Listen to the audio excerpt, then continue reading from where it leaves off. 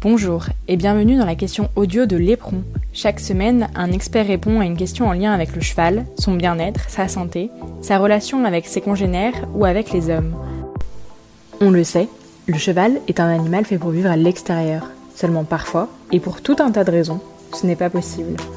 Alors Hélène Roche, éthologiste équin spécialisée en médiation scientifique, nous donne quelques conseils pour améliorer leur quotidien. Comment peut-on améliorer le quotidien d'un cheval qui vit au box? Alors en fait, on a pas mal de panoplies, d'artifices qui fleurissent dans les selleries. Ce qui est fondamental, c'est de satisfaire ses besoins primaires, qui sont en particulier s'alimenter en permanence avec des fibres, se déplacer et avoir des contacts sociaux. Je vais développer particulièrement l'alimentation. Alors pourquoi on dit c'est des besoins fondamentaux, il faut les respecter, parce qu'on sait, d'après des études épidémiologiques, que quand on va étudier des chevaux dans des écuries où certains de ces éléments sont restreints, donc l'alimentation, la possibilité de se déplacer, les comportements sociaux, on a immanquablement, invariablement, l'apparition de troubles du comportement ou même des atteintes à la santé, par exemple l'apparition de coliques. Donc les troubles du comportement, c'est aussi les stéréotypies, donc ce qu'on appelle les tics communément dans les écuries. Et ça, c'est invariable. C'est-à-dire qu'on sait que si on corrige ça, en fait, on enraye ces problèmes-là, et même on peut les faire disparaître totalement. Donc, au niveau de l'alimentation, si on peut, et qu'on a un cheval qui a une physiologie qui le permet, donner du foin à volonté, c'est vraiment la solution. Et c'est pas forcément ce qu'il y a de plus coûteux, puisqu'on peut en général du coup diminuer l'apport de concentré, soit des granulés, des floconnés, des céréales entières. Et donc du foin à volonté, c'est quoi? C'est pas dire il a 3 fois du foin dans la journée. C'est à aucun moment dans la journée et dans la nuit, parce qu'on oublie souvent la nuit, à aucun moment le cheval n'est en rupture de foin. À chaque fois qu'on va lui rendre visite, il a du foin à disposition. Alors évidemment, la difficulté, ça va être le gâchis. Donc c'est vrai qu'aujourd'hui, nous, en France en particulier, la conception de nos box fait que on met dans l'espace de vie du cheval le foin, donc il a tendance à le mélanger à sa litière et du coup à pas le consommer, à faire pas mal de gâchis. Et du coup, ça oblige à revenir et à en remettre. Mais maintenant, on a quand même des dispositifs pour améliorer ça. Après, en termes d'amélioration, on peut aussi emmener son cheval brouter en main à n'importe quel moment de l'année. Ce sera toujours apprécié de sa part. Donc ça, c'est un plus qui sera vraiment pas du tout négligeable pour lui. On peut aussi, si on peut le faire avec son fournisseur, changer le foin, donc c'est-à-dire avoir une variété de fourrage. Et ça, les chevaux apprécient la diversité des fourrages. Donc je parle bien du foin, toujours plutôt à base de graminées. Et puis on peut aussi, ça se fait maintenant un petit peu plus, donner des branchages d'arbres qui sont consommables par les chevaux, comme les châtaigniers, les frênes.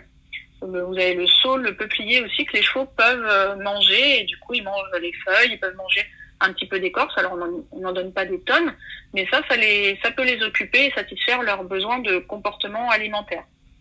Avoir aussi une litière de paille, ça peut pallier le manque de recherche alimentaire qui n'est pas satisfait, puisqu'ils sont enfermés, et du coup les occuper. Évidemment, il ne faut pas non plus que la paille devienne un élément d'alimentation important, auquel cas on risque d'avoir des coliques liées à la consommation de paille. Et donc il faut bien, là, quand je dis la paille comme litière, c'est avec le foin à volonté. Si vous avez un cheval qui se gave de paille, et en général, ce qu'il faut corriger, c'est l'apport de foin, et apporter plus de foin ou qu'il puisse brouter dans un pré ou un paddock. En général, dans ces cas-là, la consommation de paille diminue fortement. Pour l'alimentation, je pense qu'il y a quand même des choses à apporter de ce point de vue-là. À mon sens, apporter des jouets d'écurie à lécher, c'est pas satisfaisant sur le plan comportemental, parce que on stimule le léchage. Alors les chevaux, certes, dans leur vie, même à l'état naturel, vont lécher de la terre, trouver du sel par endroits, mais c'est pas leur mode d'alimentation principal. Je pense qu'il faut vraiment satisfaire le fait de mastiquer, et donc avoir des choses à mastiquer, c'est ni plus ni moins que des fibres, et donc du foin, si possible, ou de l'herbe, encore mieux. Et donc les choses à lécher, c'est du sucre, c'est avec la langue. Pour moi, c'est pas forcément satisfaisant. Donc privilégier plutôt l'apport de fibres. Après, le fait de bouger librement. C'est-à-dire que sortir un cheval tous les jours au travail, c'est pas suffisant pour satisfaire ses besoins de liberté de mouvement. Lui, il a besoin de se déplacer plusieurs heures par jour, si possible en marchant. Alors on peut dire, oui, mais quand je le mets au paddock, il défoule, il part en coup de cul, en saut de mouton, il fait des arénettes, etc. Il risque de se blesser. Donc oui, c'est vrai, ça s'appelle l'effet rebond. C'est qu'il a été tellement réprimé pendant longtemps qu'il se rattrape. Donc comme il peut le faire à la longe ou parfois avec le cavalier sur le dos. Donc on a intérêt à régulièrement lui donner la possibilité de bouger librement pour éviter cet effet rebond, et pourquoi pas le faire après une séance de travail si on sait que son cheval est échauffé, pour éviter les risques de blessures quand le cheval se défoule, puisque normalement après une séance de travail il aura moins envie de se défouler et il sera plus raisonnable dans ses déplacements, et petit à petit on peut l'amener comme ça à aller au paddock sans exploser systématiquement. Et ce qu'on oublie souvent dans les écuries, mais même dans les paddocks et les prés, c'est les supports pour se gratter. Les chevaux, ils passent du temps à se gratter le dos, la croupe, les fesses. Et donc dans les box, sur quoi ils le font ? Sur l'abreuvoir et la mangeoire. C'est comme ça qu'on se retrouve avec des box inondées parce que l'abreuvoir a été cassée. Et on retrouve ça le matin, là, plein d'eau partout. Les mangeoires aussi vont subir le même sort. Et du coup, ça abîme le matériel. Et les chevaux sont pas forcément d'ailleurs satisfaits complètement pour se gratter.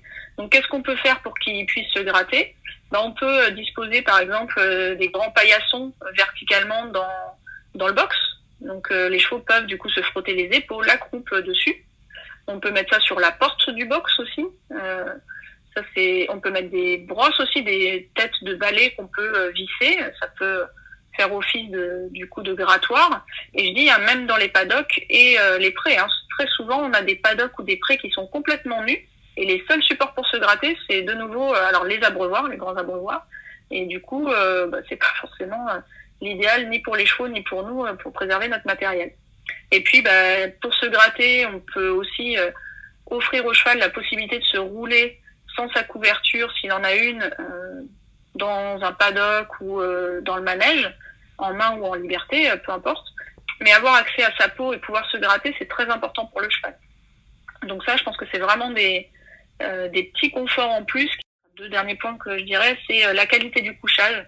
Vérifier que le cheval se couche régulièrement dans son box et du coup qu'il apprécie de s'y coucher. Les tapis en caoutchouc ne sont pas préconisés et sont plutôt déconseillés.